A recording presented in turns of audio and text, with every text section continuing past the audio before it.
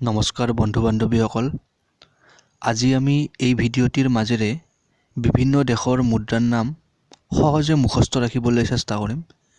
তেন্তে পলম নকৰি আৰম্ভ কৰোঁ আহক। এই তালিকাখনত আমি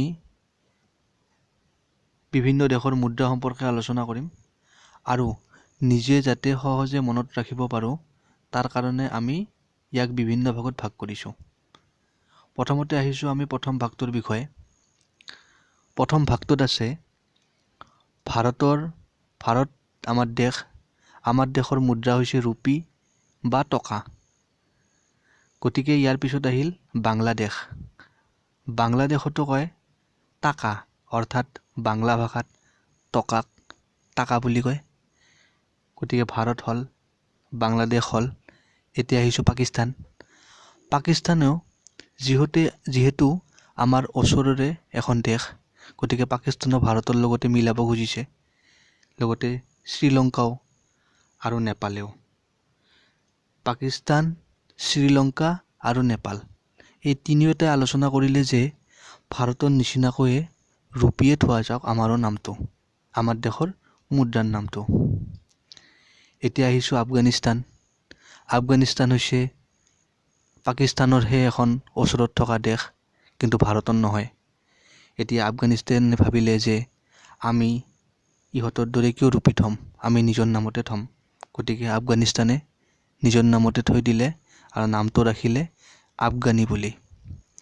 এতিয়া ভাৰত হ'ল, বাংলাদেশ হ'ল, পাকিস্তান হ'ল, শ্ৰীলংকা হ'ল, নেপাল হ'ল আৰু আফগানিস্তানৰ আফগানী হ'ল। এতিয়া আহিছোঁ ভাৰতৰে অন্যান্য এখন চুবুৰী দেশ, নাম হৈছে ভূটান। ভূটানৰ নামটোৰে প্ৰথম আখৰ দুটা হৈছে ভূত, অৰ্থাৎ ভূতৰ দৰে। গতিকে নিশ্চয় সিহঁতে ৰূপী বা তেনেকুৱা নাম নথ'ব, অলপ ভূত যেন নামে থ'ব। নামটো সেইকাৰণে অলপ টান, গালট্ৰাম। ভূটান দেশৰ মুদ্ৰাৰ নাম হৈছে গালট্ৰাম।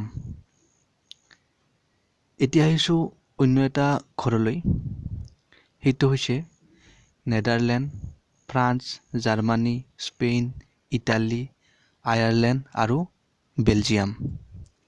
এই গোটেইকেইখন দেশৰে মুদ্ৰাৰ নাম হৈছে ইউৰো। এতিয়া আমি এইটো কেনেকৈ মনত ৰাখিম? প্ৰথমতে আহিছোঁ ইয়াৰে নে।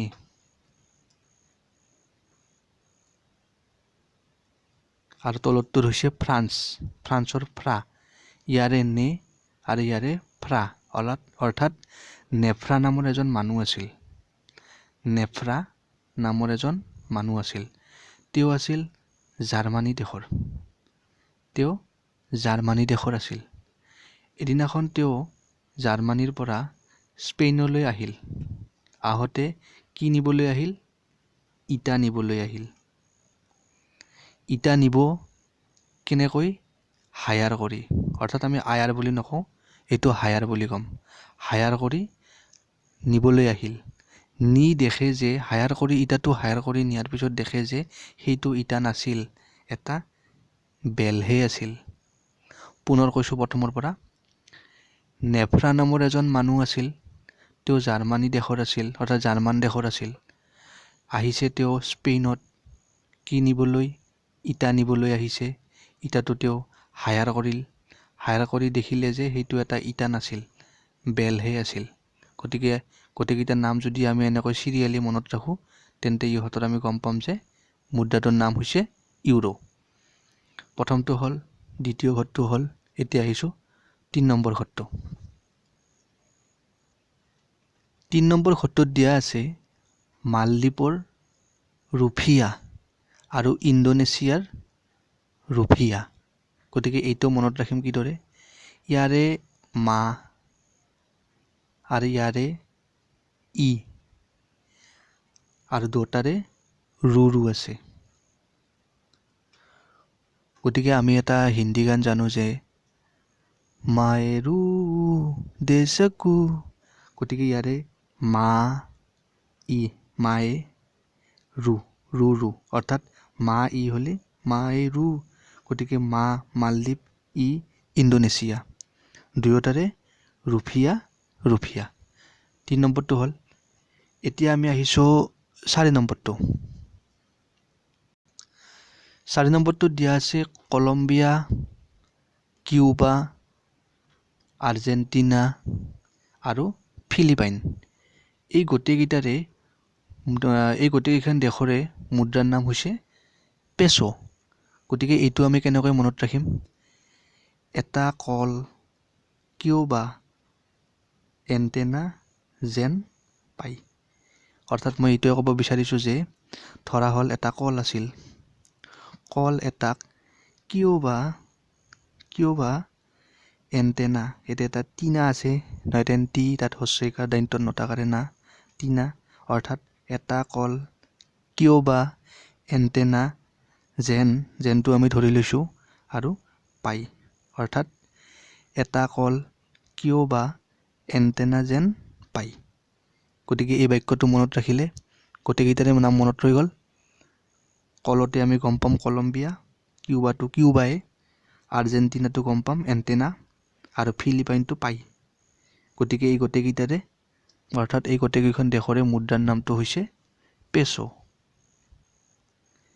এতিয়া আমি আহিছোঁ 5 নম্বৰটো 5 নম্বৰটোত দিয়া আছে ইংলেণ্ড পাউণ্ড ইজিপ্ত পাউণ্ড ইয়াতে এটা বস্তু লক্ষ্য কৰিব যে ইংলেণ্ডৰ নয়দেণ্ড আছে ইংলেণ্ড আৰু পাউণ্ডৰো কি আছে নয়দেণ্ড আছে গতিকে নয়দেণ্ড অলপ বিৰাট টান হেন লাগে কিন্তু আমি মনতে ভাবি লৈছোঁ যে এইটো বিৰাট ইজি একেবাৰে ইজি কি নয়দেণ্ড এই দুয়োটা একেবাৰে ইজি গতিকে নয়দেণ্ডত আমি গম পাম ইংলেণ্ড হ'লে পাউণ্ড হ'ব আৰু নয়দেণ্ড আমাৰ ইজি বিৰাট টান যদিও আমি ইজি বুলি কৈছোঁ সেইকাৰণে আমি এইটো ইজিপ্তটো ইজি বুলি ধৰি লৈছোঁ অৰ্থাৎ ইংলেণ্ডৰো পাউণ্ড হয় আৰু ইজিপ্তৰো পাউণ্ড হয়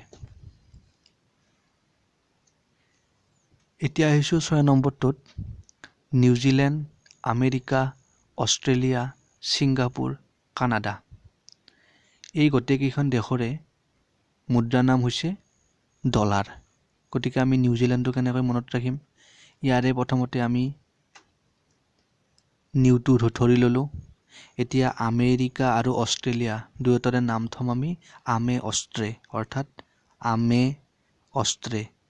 অৰ্থাৎ নিউ আমে অষ্ট্ৰে চিঙা বুলি উচ্চাৰণ কৰিম ছিংগাপুৰ নহয় আমি চিঙা বুলি উচ্চাৰণ কৰিম চিঙা কাণ অৰ্থাৎ ইয়াৰ বাক্যটো এনেহেন হ'ব নিউ আমে অষ্ট্ৰে চিঙা কাণ নিউতে আমি গমেই পাম যে ইয়াতে নিউ কোনো নাই গতিকে নিউটো মনত ৰাখিব নিউজিলেণ্ড আমে অষ্ট্ৰে আমেৰিকা অষ্ট্ৰেলিয়া চিঙা অৰ্থাৎ ছিংগাপুৰ আৰু শেষত আছে কাণ অৰ্থাৎ কানাডা এই গোটেইকেইটাৰে ডলাৰ এতিয়া আমি আহিছোঁ একেবাৰে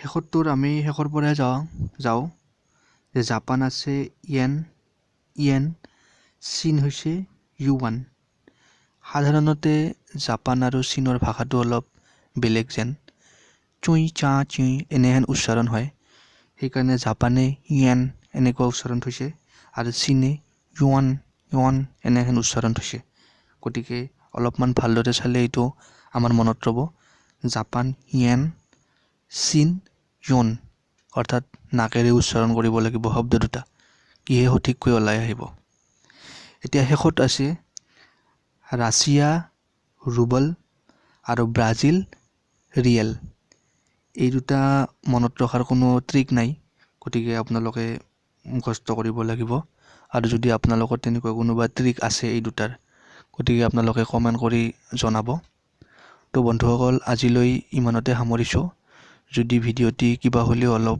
উপকাৰ হয় যেন অনুভৱ হয় লাইক কৰিব শ্বেয়াৰ কৰিব আৰু ছাবস্ক্ৰাইব কৰিবলৈ নাপাহৰিব ধন্যবাদ